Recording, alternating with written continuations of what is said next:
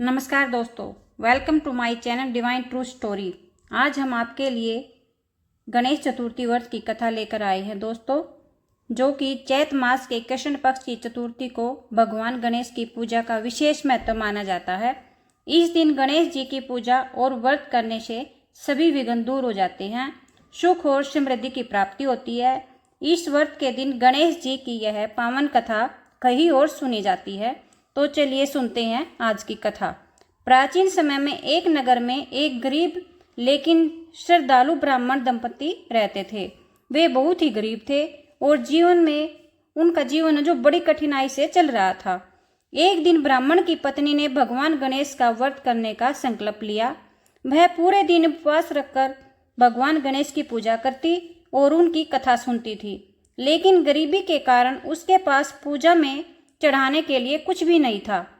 फिर भी वह सच्चे मन से केवल जल और दूर्वा अर्पित करके गणेश जी की आराधना करती थी।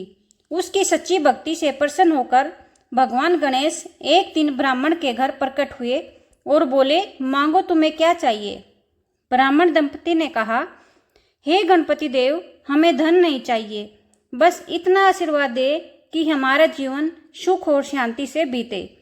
भगवान गणेश उनकी सच्ची श्रद्धा और संतोष से बहुत प्रसन्न हुए। उन्होंने उसे आशीर्वाद दिया कि उनके घर में कभी भी धन धान्य की कमी नहीं होगी और सभी कष्ट दूर हो जाएंगे।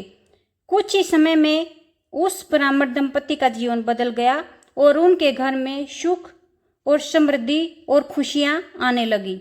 तभी से मान्यता है कि चैत मास की गणेश चतुर्थी का व्रत करने से भगवान गणेश सभी विघ्नों को दूर करते हैं और भक्तों की मनोकामनाएं पूर्ण करते हैं। गणेश चतुर्थी की एक और कथा चलो सुनते हैं दोस्तों। एक समय माता पार्वती और भगवान शिव कैलाश पर्वत पर चौसर खेल रहे थे। उन्होंने यह निश्चय किया कि खेल में कौन जीतेगा और कौन हारेगा, इसका निर्णय एक बालक करेगा। खेल शुरू हुआ। खेल में वास्तव में माता पार्वती जीत गई, लेकिन उस बालक ने गलत निर्णय दे दिया और कह दिया कि महादेव जीत गए। यह सुनकर माता पार्वती क्रोधित हो गई और उन्होंने उस बालक को श्राप दे दिया कि तू लंगड़ा होकर कीचड़ में पड़ा रहेगा और बहुत कष्ट भोगेगा। बालक ने माता पार्वती से क्षमा मांगी। तब माता पार्वती ने कहा कि जब नाग कन्या यहाँ आकर भगवान गणेश का व्रत करेंगी, तब उनके बताए अनुसार तुम भी गणेश चतुर्थी का व्रत करना, तभी तुम्हारा श्राप समाप्त होगा। कुछ समय बाद वहां नाग कन्याएं आई और उन्होंने गणेश चतुर्थी का व्रत किया।